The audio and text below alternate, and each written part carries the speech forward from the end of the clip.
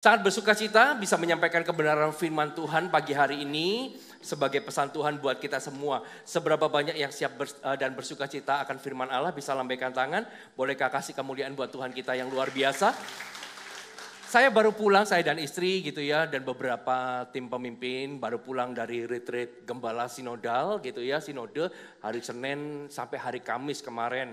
Dan setelah beberapa pemimpin pulang, saya dan istri langsung lanjut untuk retreat regional di Kota Batu. Dan baru pulang kemarin gitu ya, jadi seminggu ini begitu padat, begitu luar biasa. Dan saya mendapatkan banyak hal gitu ya.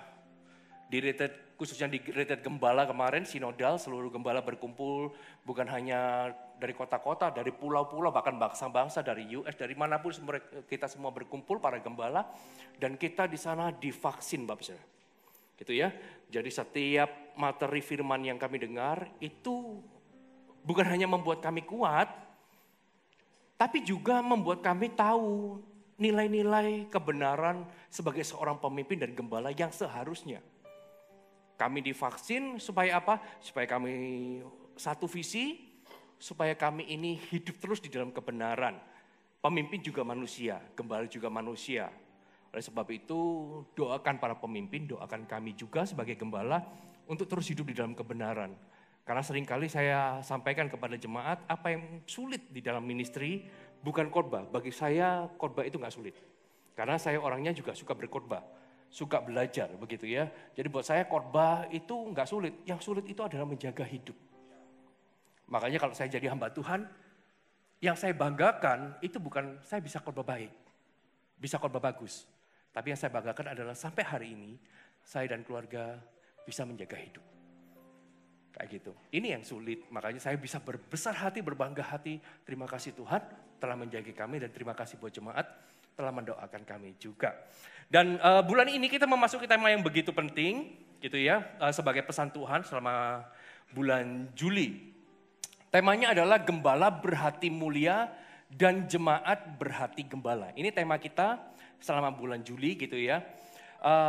Dari tema ini kita bisa melihat bahwa hubungan kita gitu ya antara jemaat dengan pemimpin, pemimpin dengan jemaat itu adalah hubungan yang saling-saling. Nggak bisa salah satu saja. Hubungannya harus saling-saling, dua arah. Tuhan mau di bulan ini baik pemimpin termasuk saya ada di dalamnya dan jemaat bertumbuh dengan benar, tetapi Tuhan juga mau gitu ya. Jemaat juga boleh mengerti hati dari pemimpinnya. Karena Tuhan mau bahwa baik pemimpin maupun jemaat sama-sama bertumbuh. Bukan hanya pemimpin, jemaat pun juga harus hidup di dalam kebenaran jikalau mau hidup dan ministrinya berdampak. Kita nggak bisa tuntut pemimpin kita, kamu harus hidup benar. Tapi kalau kita nggak benar, nggak bisa juga. Kalau kita berani tuntut pemimpin kita untuk hidup benar, maka kita juga harus hidup benar. Hubungan itu harus saling-saling. Dan kalau pemimpinnya benar, jemaatnya nggak benar, nggak bisa. Kalau kita mau gereja kita ini berdampak di dalam ministry, maka pemimpin benar, jemaatnya pun harus benar. Dan ini berikut adalah table of menu khotbah saya selama sepanjang hari ini, 3 ibadah gitu ya. Seharusnya kemarin saya juga harusnya bisa mengisi, tapi saya tahu bahwa Sabtu baru mungkin siang saya baru bisa kembali dan belum bisa mempersiapkan dan keadaan juga kurang fit juga. Di ibadah pagi hari ini saya akan berbicara tentang kebenaran untukku dan kebenaran untukmu gitu ya. Jadi kebenaran untuk kita lebih tepatnya, disingkatnya begitu ya. Pesan ini dua arah untuk saya sebagai pemimpin dan juga buat Anda sebagai jemaat. Dan di ibadah berikutnya saya akan sampaikan Fellowship of Believers, saya akan menyampaikan standar hidup orang percaya. Dan ini adalah khusus bagi jemaat, bagi kita. Saya pun di tempat ini saya juga jemaat, kayak gitu ya. Sekalipun saya pemimpin, tapi di keseluruhan gereja Mawar Syaron saya juga jemaat anggota gerejanya. Jadi ada Fellowship of Believers dan di sore nanti saya akan berbicara tentang Shepherd of the Sheep atau pemimpin jemaat. Dan ini khusus bagi para pemimpin. Jadi porsinya adil, ada yang buat kita sama-sama, ada yang buat Anda, dan ada yang khusus buat pemimpin. Jadi kita bagi rata, karena firmannya juga rata. Semua khotbah beda-beda, saling melengkapi, saling membangun. Jadi pastikan Anda semua bisa mengikuti seri pengajarannya, dapat disaksikan melalui YouTube nanti. Dan jika Bapak Ibu membutuhkan recordingnya bisa minta ke multimedia melalui pemimpin Connect Group Anda. Dan saya berharap tim multimedia juga bisa merecord segala sesuatunya dengan baik. Amin. Mari kita buka sama-sama Galatia pasal yang keempat. Kitab Galatia pasal yang keempat ayat yang ke-12 sampai ayat yang ke-20. Judulnya adalah ingatlah akan hubungan kita yang semula. Hubungan itu nggak bisa dibangun di atas dasar ambisi pribadi atau kepentingan pribadi. Tahukah bahwa hubungan yang kita bangun itu dasarnya harus kasih dan ketulusan. Kita nggak boleh membangun hubungan karena kita perlu secara pribadi. Karena di luar sana banyak. Kita baru bisa mendekati seseorang karena apa? Karena kita punya keinginan. Tapi di dalam gereja beda. Hubungan itu harus kasih dan tulus. Coba kita lihat ayat ke-12. Aku minta kepadamu, saudara-saudara, jadilah sama seperti aku. Katakan jadilah sama. Sebab aku pun telah menjadi sama seperti kamu dan belum pernah kualami sesuatu yang tidak baik daripadamu. Kamu tahu bahwa aku pertama kali telah memberitakan Injil kepadamu oleh karena aku sakit pada tubuhku. Sungguh pun demikian keadaan tubuhku itu yang merupakan pencobaan bagi kamu, namun kamu tidak menganggapnya sebagai suatu yang hina dan yang menjijikkan. Tetapi kamu telah menyambut aku sama seperti menyambut seorang malaikat Allah, malahan sama seperti menyambut Kristus Yesus sendiri. Betapa bahagianya kamu pada waktu itu, dan sekarang di manakah bahagiamu itu? Karena aku dapat bersaksi tentang kamu bahwa jika mungkin kamu telah mencukil matamu dan memberikannya kepadaku. Apakah dengan mengatakan kebenaran kepadamu aku telah menjadi musuhmu? Mereka dengan giat berusaha untuk menarik kamu, tapi tidak dengan tulus hati. Karena mereka mau mengucilkan kamu supaya kamu dengan giat mengikuti mereka. Memang baik kalau orang dengan giat berusaha menarik orang lain dalam perkara-perkara yang baik. Asal pada tiap waktu dan bukan hanya bila aku ada di antara kamu. Hai anak-anakku, karena kamu aku menderita sakit bersalin lagi. Sampai rupa Kristus menjadi nyata di dalam kamu. Betapa rinduku untuk berada di antara kamu pada saat ini dan dapat berbicara dengan suara yang lain karena aku telah habis akal menghadapi kamu. Bapak, Ibu, Saudara, ini adalah surat Paulus kepada jemaat di Galatia.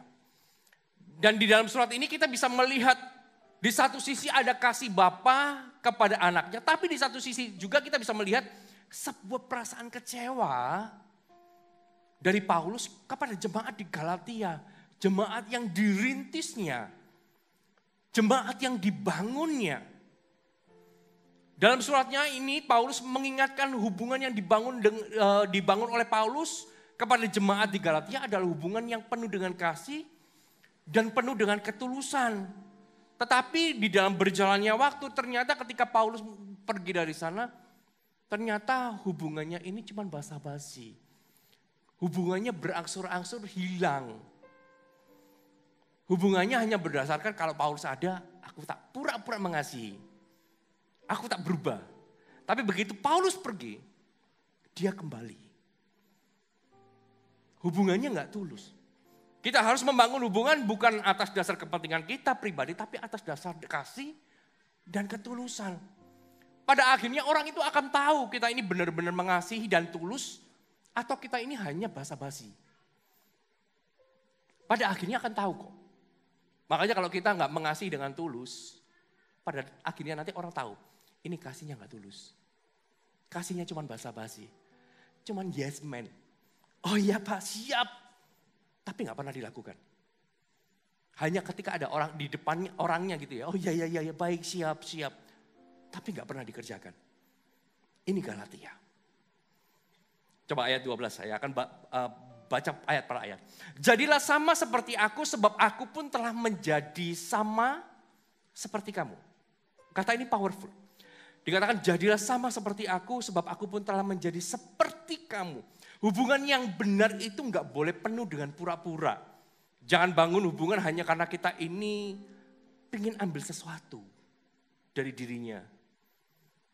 Paulus ini sebagai pemimpin memberikan teladan kepada jemaat Galatia bahwa dia berkata bahwa jadilah seperti aku karena aku pun menjadi seperti kamu. Paulus ini menempatkan dirinya setara dengan jemaat. Paulus ini menempatkan dirinya nggak lebih tinggi daripada jemaat. Sama, partner in Christ. Dia menempatkan dirinya sama, nggak lebih tinggi, nggak lebih superior daripada jemaat. Sekalipun memang secara jasmani harusnya dia memang lebih tinggi pangkatnya, kastanya. Secara kewarganegaraan aja dia warga negara Roma. Yang orang pada waktu itu nggak bisa punya. Secara intelektual, oh ini orang pandai banget. Nggak semua orang punya guru Gamaliel. Tapi dia muridnya Gamaliel. Jadi secara kasta dia memang harusnya superior, tinggi. Tapi Paulus ini menempatkan diri sejajar dengan jemaat. Aku nggak lebih tinggi, nggak lebih superior, nggak lebih hebat, nggak lebih pinter daripada jemaat. Dia menempatkan dirinya sama. Paulus bersedia menyesuaikan diri demi Injil bisa masuk di dalam dirinya. Di dalam hidup jemaat. Kita sebagai pemimpin nggak boleh merasa lebih tinggi dari jemaat. Kita sebagai pemimpin nggak boleh merasa lebih superior, sehingga kasih kita kepada jemaat gak tulus. Sehingga kasih kita kepada jemaat itu pilih-pilih. Gak bisa. Pemimpin kita harus sama hatinya. Seperti jemaat. Pemimpin harus mengasihi jemaat. Jangan jadi pemimpin yang mau enak gak mau proses. Pengennya anak yang baik tapi gak mau prosesnya. Gak bisa. Jangan hanya dekat kepada jemaat yang menguntungkan kita, tapi harus adil kepada semua orang. Gak boleh ada anak emas. Semua anak harus dikasihi. Semua anak harus punya porsi. Kedekatan, ya pasti ada yang lebih dekat, tapi bukan anak emas. Kenapa lebih dekat? Karena lebih lama. Kalau bisa tanya, dekat mana anak Maverick sama Marvel? Dekat sama Maverick. Kenapa? Karena dia anak pertama, durasi waktunya lebih lama. Ikatannya juga lebih lama dibanding anak yang kedua. Tapi kalau ditanya, lebih kasih yang mana? Enggak ada, semua dikasih. Tapi kalau kedekatan semakin kita semakin lama hubungannya, harusnya kan semakin lebih dekat. Harus lebih dekat. Kedekatan, yes ada, pasti lebih dekat. Karena hubungannya memang udah lama. Tapi kalau kasih, enggak bisa dibedakan. Semua dikasih. Semua dikasih. Dan kepada jemaat Paulus juga bilang hal yang sama. Aku jadi sepertimu, kamu juga harus jadi sepertiku. Gembala harus berhati mulia, yes. Tapi jemaat juga harus hati gembala. Dalam arti lain, kalau gembalanya berhati mulia, jemaatnya pun hatinya juga harus mulia. Sama. Gak bisa kita tuntut pemimpin kita, hatimu harus mulia sama aku. Tapi aku mau pilih-pilih. Gak bisa, Babsa. Paulus katakan kamu juga harus jadi sama seperti aku. Jemaat juga harus punya standar yang sama, yaitu mengasihi tanpa pilih-pilih. Mengasihi bukan karena orangnya kelihatan. Mengasihi bukan karena jabatan. Jangan karena kami ini para pemimpin punya jabatan tinggi, Anda mendekat kepada kami. Kasih kami ini pribadinya. Orang yang mengasihi karena jabatan itu akan terlihat. Boleh ya, saya vaksin sekali lagi ya. Gak apa-apa ya, kemarin saya divaksin cukup, oh iya Tuhan, iya, sehat. Vaksin itu menyakitkan, celkit gitu. Tapi we are strong. Orang yang mau dekat dengan pemimpinnya hanya karena jabatan. Dia hanya mau taat pada yang di atas. Pemimpin satu di atas yang dia gak mau taat. Padahal CGL itu juga pemimpinnya. Dia lebih dekat. Oh coachku ngomong apa? Aku mau ikut coachku aja. Kamu suaranya gak didengar. Berarti Anda sedang lihat jabatan. Satu pemimpin di atas kita. Itu juga diurapi Pak Saudara. Apalagi aku mau denger TL-ku, CGL sama coach mau. Dia hanya mau denger TL-nya. Dan yang ngomong apa gak dengerin. Tapi mau denger aku, pokoknya harus dengar suara gembalaku. Dan yang ngomong apa gak diturut. Anda sedang mengasihi tulus atau jabatan? Sorry ya, tapi ini subur di dalam gereja. Ini subur di dalam gereja. Kalau kasihi, jangan lihat kasihi jabatannya, tapi kasihi panggilan dan urapannya. Jabatan itu gak penting. Jangan bangun hubungan baik atas dasar jabatan. Di luar sana banyak terjadi. Tapi di sini kita harus tulus. Jangan mau hanya dekat kepada pemimpin yang pangkatnya tinggi. Oh, di luar sana kalau mau politik bisa, Pak Saudara. Dekat pada orang yang pangkat-pangkat, oh dengan bangga dia. Tapi apakah benar mengasihi dengan tulus? Enggak, ada maunya.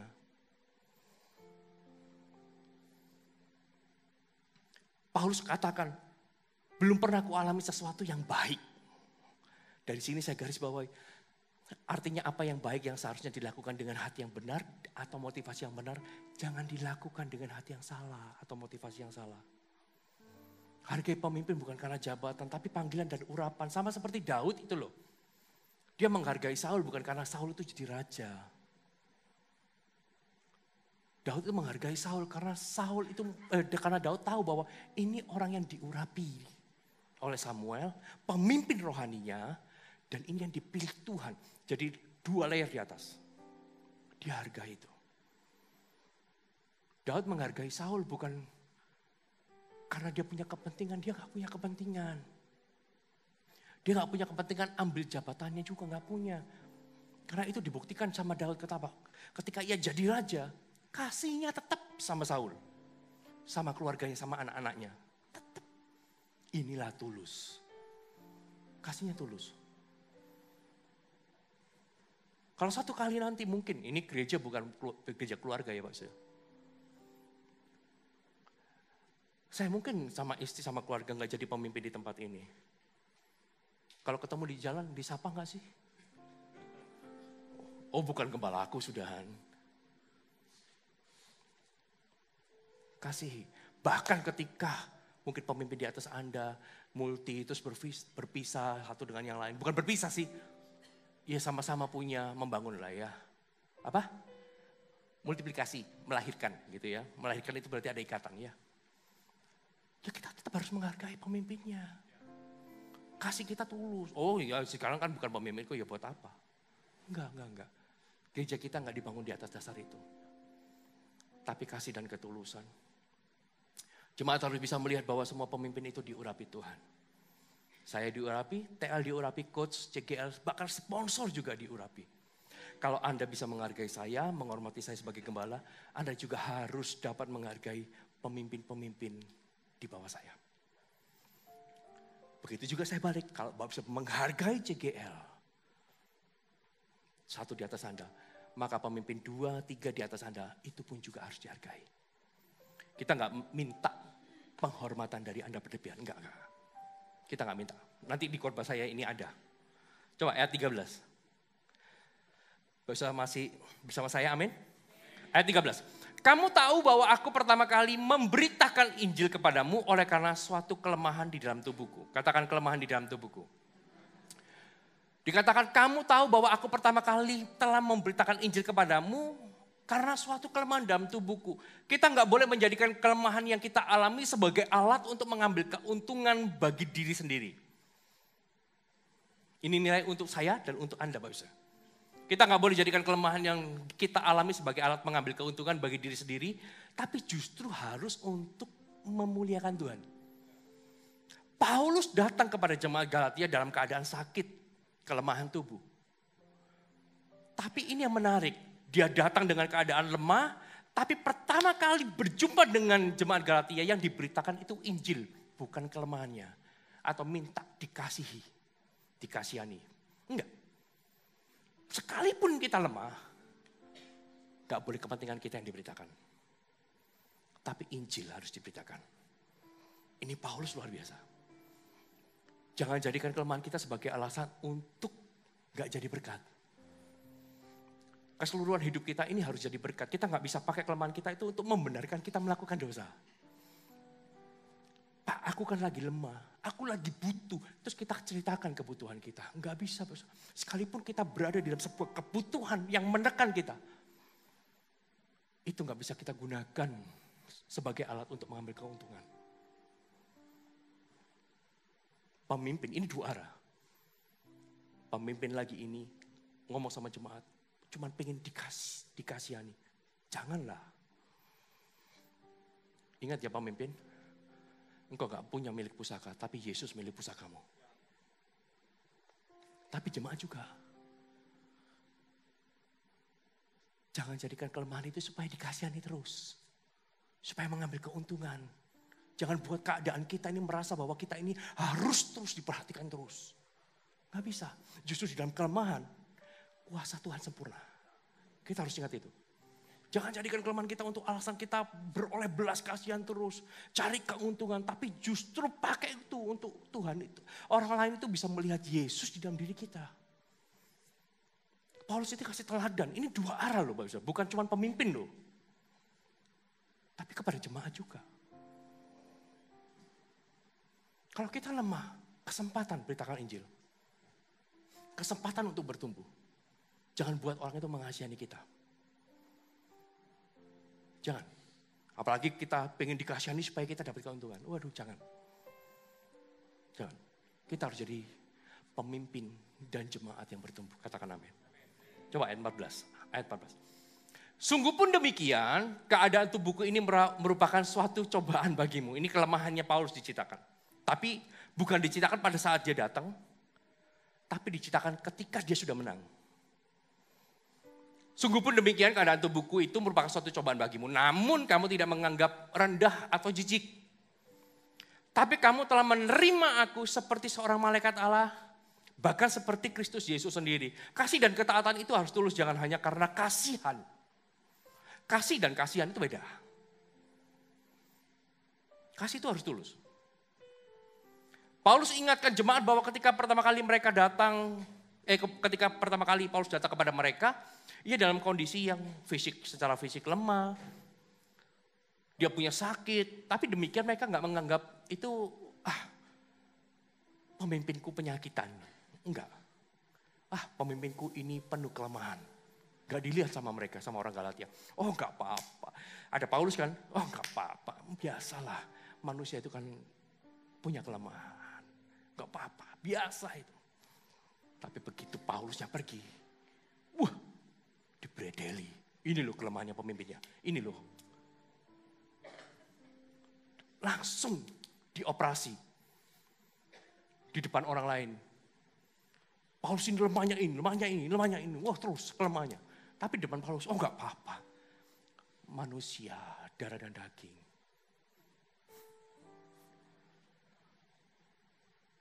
Sekalipun fisiknya lemah, diterima sama mereka. Paulus diterima dengan penuh hormat. Seperti menerima seorang malaikat. Dan bahkan seperti menerima Yesus sendiri. Seolah-olah baik. Seolah-olah gak ada yang salah dengan hal ini. Semua tampak begitu sempurna, tampak begitu baik. Jemaat gak lihat kelemahan pemimpinnya. Jemaat Galatia gak melihat kelemahan tubuh yang dimiliki oleh Paulus. Jemaat ini mengasihi Paulus, menerima kelebihan. Bahkan dia menerima kemanusiaannya Paulus. Jangan bilang pemimpin itu malaikat. Enggak. Pemimpin itu juga manusia Bapak Ibu. Ada sisi kemanusiaan. Kalau Bapak Ibu mau menerima segala sesuatu yang baik. Pengajarannya. Terima juga kemanusiaannya. Terima juga. Manusia itu juga. Yang namanya pemimpin itu juga bisa salah. Bisa salah. Terima juga kemanusiaannya. Seolah-olah gak ada yang salah dengan hal ini. Tapi di ayat berikutnya kita bisa melihat bahwa apa yang dilakukan itu hanya pura-pura. Hanya ketika Paulus itu ada di sana. Hanya ketika pemimpinnya ada di sana. Tapi ketika Paulus gak ada, mereka berubah. Coba lihat ayat 15. Oh, betapa bahagianya kamu pada waktu itu. Ini Paulus ngomong. Oh, ketika ada aku di sana. Oh, betapa bahagianya kamu pada waktu itu. Sekarang, mana bahagianya? Sekarang di manakah bahagiamu itu? Aku dapat bersaksi tentang kamu bahwa dulu jika mungkin kamu telah mencukil matamu, kamu berikan padaku. Seolah-olah dulu itu apa yang terbaik kasih sama Paulus. Tapi sekarang mana? Kok kamu berubah? Mana kasihmu? Ini bukan matanya dicungkil sungguhan, ini ngomong tentang kasih. Ketika aku ada di sana, kamu kasihmu begitu besar. Dan ketika Paulus pergi meninggalkan mereka, bukan pergi karena dosa, tapi karena Paulus itu kan berintis. Tapi ketika Paulus itu kembali, kayak orangnya berbeda. Mana? Dulu kan kamu begitu bahagia. Tapi sekarang mana bahagiamu? Enggak ada. Kemana kasih kepada pemimpinmu yang dulu? Yang pernah kamu lakukan, apakah kebahagiaan waktu itu? Kan ini bisa saja cerita ya. Paulus kan bisa apakah bahagiamu itu pura-pura? Apakah itu cuma topeng? Hanya karena aku ada, kamu bahagia.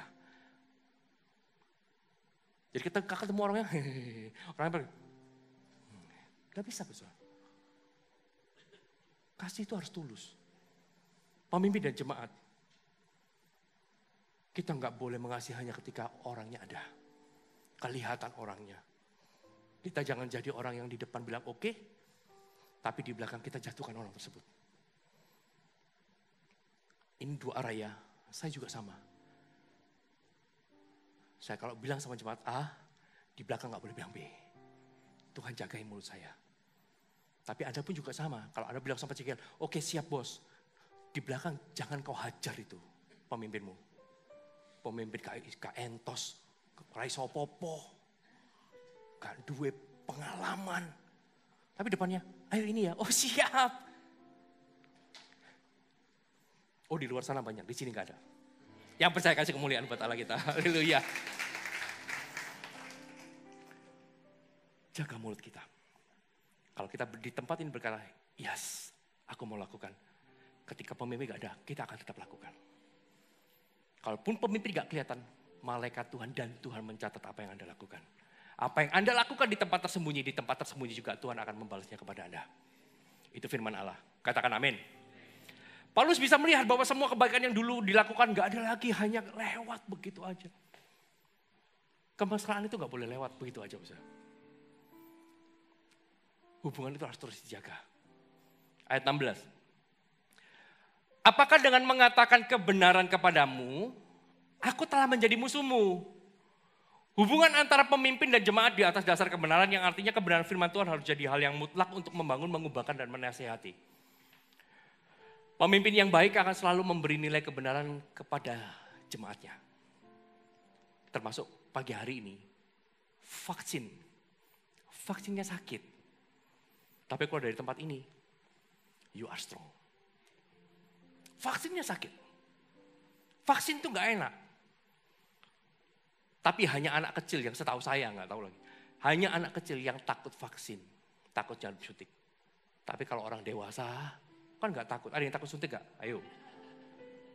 Enggak ya. Kalau Bapak Ibu takut suntik vaksin, coba donor darah. Kalau Anda bisa melewati donor darah, vaksin gak ada apa-apanya. Kenapa? Karena donor darah jarumnya gede banget. Udah melewati jarum yang besar, jarum yang kecil mah ringan. Vaksin bagus buat kita.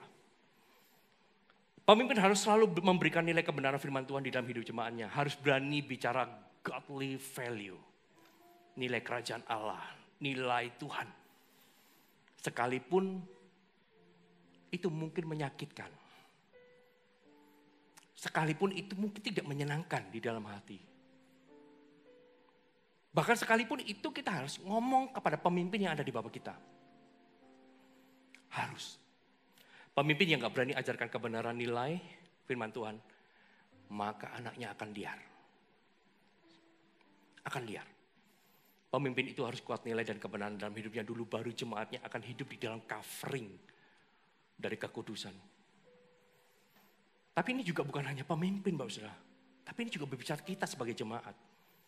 Apakah dengan mengatakan kebenaran kepadamu, aku telah jadi musuhmu? Kalau pemimpin bicara dalam hidupmu tentang kebenaran, jangan pemimpin itu jadi rival. Jangan jadi musuh kita. Oh, macam-macam ini. Lihat ya, tunggu waktu.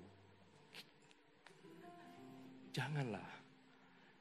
Anda harus bersyukur kalau pemimpin bisa kasih nilai kebenaran dalam hidupmu. Nilai itu supaya engkau gak liar. Jemaat juga jangan keras hati dan marah kalau kebenaran disampaikan untuk membangun hidupmu. Karena seringkali diberikan kebenaran tapi merasa lebih benar. Ini. Dikasih kebenaran, oh aku lebih benar. Karena apa? Karena aku punya pembenaran sendiri. Jangan jadi orang yang mau hanya dekat untuk menerima hal yang menyenangkan diri sendiri. Tapi izinkan vaksin itu juga masuk. Sekalipun sakit, itu akan membuat kita bertumbuh. Kalau orang itu bertumbuh, maka ketika ia menerima vaksin, dia akan semakin dekat. Tapi kalau orang itu gak bertumbuh hatinya, terima vaksin, pergi, tinggal. Catat ini. Ini sebuah prinsip yang saya dari tahun 2003 ada di Mawar Sharon. Sampai hari ini tetap berlaku. Banyak yang pergi, banyak. Tapi daripada banyak yang pergi, masih banyak yang melekat. Itu yang membuat GMS bertumbuh. Vaksin, buat para TL kemarin ikut retreat sinode, gembala, vaksinnya tajam banget Pak Ustaz. Vaksinnya tajam. Bukan kepada jemaat, tetapi kepada kita. Jangan jadi gembala pandir. Yang seenaknya sendiri. Tapi itu membuat kita semakin, aku cinta pengajaran ini. Kenapa? Karena aku bertumbuh. Tuhan ampuni kalau aku masih ada sisi manusianya.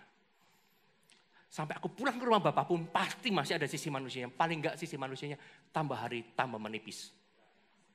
Itu target kita. Hilang? Enggak mungkin. Tapi menipis. Enggak tambah tebel loh ya. Tapi tambah menipis. Makanya kalau hari ini Anda punya pemimpin yang masih ngomong kebenaran, nilai, sekalipun sakit, bersyukur, cintai pemimpinmu. Katakan amin. Ayat 17. Mereka dengan giat berusaha untuk menarik kamu, tapi tidak dengan tulus hati. Ini ketika Paulus itu pergi, mulailah masuk pengajaran sesat. Pengajaran sesat ini enggak tulus hati. Mereka cuma mau mengucilkan kamu, memisahkan dari kebenaran. Supaya kamu dengan giat mengikuti mereka. Tapi ketika Paulus hadir, pengajarannya semakin gencar.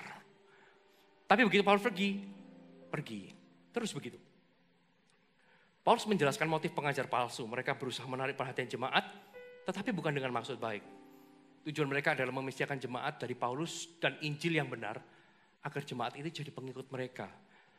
Kalau hati kita ini gak benar, hubungan kita dengan pemimpin gak baik, maka orang ketiga akan masuk. Mereka akan punya kesempatan masuk. Tapi kalau hubungan kita dengan pemimpin baik, hubungan pemimpin dengan jemaat baik, maka orang ketiga gak bisa masuk. Pengajaran sesat itu hanya bisa masuk ketika kita gak punya hubungan yang baik dengan pemimpin yang ada di atas kita. Pemimpin yang baik selalu membawa jemaatnya melihat kepada Tuhan, bukan kepadanya. Lihat, mereka dengan giat berusaha untuk menarik kamu, tapi tidak dengan tulus hati, karena mereka mau mengucilkan kamu supaya kamu dengan giat mengikuti mereka. Ini pemimpin yang buruk. Gembala yang pandir mengarahkan jemaat kepada dirinya. Tapi gembala yang baik mengarahkan jemaat kepada Tuhan. Kalau sampai CGL menggembalakan, CGL Coach TL menggembalakan jemaat, mengarahkan kepada dia, engkau akan berurusan dengan Tuhan. Enggak boleh lihat kita. Kita ini cuma babysitter, tapi lihat kepada Tuhan. Pemimpin yang baik selalu membawa jemaatnya melihat kepada Tuhan, bukan kepadanya. Maka kita enggak bisa jadi pemimpin yang punya tujuan untuk menarik simpati orang. Enggak bisa. Paulus ini kasih notis. Mereka dengan giat menarik kamu, tapi tidak dengan tulus hati. Jangan jadikan jemaat itu objek untuk keuntungan kita. Tapi kita harus dengan tulus hati membawa rencana Tuhan ada di dalam hidup mereka. Ingat ya pemimpin, dicintai jemaat itu anugerah. Anugerah. Tapi jangan jadikan kecintaan jemaat itu sebagai hal yang kita kejar, sehingga menjadikan kita ini berhala mereka. Nggak boleh. Dicintai jemaat itu anugerah. Saya ya nggak tahu lah ya, biar saya anggap ini krosok-krosokan lah ya. Saya kerasa dicintai sama Anda loh Mas. Ada cinta sungguhan. Saya kerasa kami semua pemimpin-pemimpin merasa bahwa dikasih sama Anda. Dan itu buat kami adalah anugerah. Tapi tetap kami gak mengejar kasih yang Anda berikan untuk kami. Tapi kami ingin, karena Anda mengasihi kami, Anda kami bawa kepada Tuhan. Itu. Kasih Anda gak berhenti di kami. Tapi kami arahkan kepada Dia. Karena Dia yang layak. Terima kasih Anda, bukan saya. Bukan pemimpin-pemimpin juga. Katakan amin. Pemimpin yang tulus adalah pemimpin yang mengasihi mereka bukan untuk mendapat kasih. Tapi mengasihi mereka agar mereka mengasihi Tuhan. Jemaat kasih pemimpinmu enggak lebih daripada engkau mengasihi Tuhan. Ayat 18. Kalau hati saya enggak aman Bapak saya enggak mau khotbah gini. Wah nanti kasih jemaat kan hilang sama saya. Tapi this is the truth. Inilah kebenarannya. Memang baik kalau orang dengan giat berusaha menarik kamu, ayat 18. Asal maksudnya baik dan bukan hanya kalau aku ada di antara kamu. Lihat, ini orang ketiga. Kalau ada Paulus dia baru membisikkan sesuatu. Paulus gak ada, dia gak digembalakan. Perbuatan baik itu harus disertai dengan maksud baik. Motivasinya harus benar. Pemimpin jangan hanya melakukan apa yang baik ketika di depan jemaat. Di dalam kehidupan sehari-hari hidupmu juga harus benar. Jemaatmu juga sama. Jangan baik, kelihatan baik hanya ketika ada pemimpinnya atau di dalam gereja. Di luar sana hidupmu juga harus benar. Ya saling-salinglah. Kalau Anda menuntut hati gembala Anda mulia, Anda pun juga harus punya hati sama seperti gembalamu. Sama. Jangan kita melakukan kebenaran hanya untuk nampak benar atau hanya ketika ada jemaat yang lihat atau hanya ada pemimpin yang lihat. Kita harus benar luar dalam. Paulus menyatakan bahwa giat dalam melakukan sesuatu adalah baik. Asalkan motivasinya benar. Ia menginginkan agar jemaat tetap bersemangat di dalam hal yang benar. Bukan hanya ketika ia hadir bersama-sama mereka. Gak ada kebahagiaan yang tidak diperjuangkan oleh sebab itu kita harus tak pernah berhenti belajar untuk memahami satu dengan yang lain. Kita harus bertumbuh. Halo, amin. Hati kita ini harus besar. Hati kita ini harus mulia. Hati kita ini harus seperti hati gembala. Dua arah. Ada 5 poin yang bisa kita bawa pulang. Bisa catat. Gak usah dicatat. Di foto aja nanti. Yang pertama. Pemimpin harus adil, jangan pilih-pilih jemaat. Jemaat hargai pemimpin karena panggilan dan urapan, bukan jabatan. Pemimpin harus adil, jangan pilih-pilih jemaat. Kasih semuanya. Jemaat hargai pemimpin karena panggilan dan urapan, bukan karena jabatannya ya. Hargai dia. Karena urapan dan panggilan di dalam hidup mereka. Jadi pemimpin itu bukan jabatan, panggilan dan urapan. Itu yang mahal. Lalu yang kedua, pemimpin jangan pakai kelemahan untuk ambil keuntungan. Jemaat jangan pakai kebaikan hanya untuk pura-pura. Jadi ada pemimpinnya pura-pura baik. Pura-pura kasih, jangan. Kalau Anda mau memberi, beri. Tapi kalau Anda tidak, katakan tidak. Jangan supaya tampak baik, enggak. Tulus aja. Tulus aja. Jangan pakai kelemahan untuk ambil keuntungan, pemimpin. Lalu yang ketiga, pemimpin harus berani menyampaikan dan menjaga kebenaran lewat hidup dan ajarannya. Jemaat harus besar hati untuk berubah dan berbuah. Jadi pemimpin harus berani menyampaikan dan menjaga kebenaran lewat hidup dan ajarannya. Jemaat harus besar hati untuk berubah dan berbuah. Keempat, pemimpin harus tulus dengan motivasi untuk Tuhan. Jemaat mengasihi pemimpin dengan tidak melebihi Tuhan. Pemimpin harus tulus. Motivasinya mengasihi jemaat itu harus untuk Tuhan. Untuk Tuhan. Jemaat pun juga sama. Harus mengasihi pemimpin tidak lebih dari Tuhan. Yang kelima, yang terakhir. Pemimpin dan jemaat harus sama-sama memperjuangkan hubungan yang benar dan belajar saling memahami. Menyembahmu, Tuhan dan Rajaku, memujimu Yesus kekasih jiwaku, mengikutimu seumur hidupku. Di hadiratmu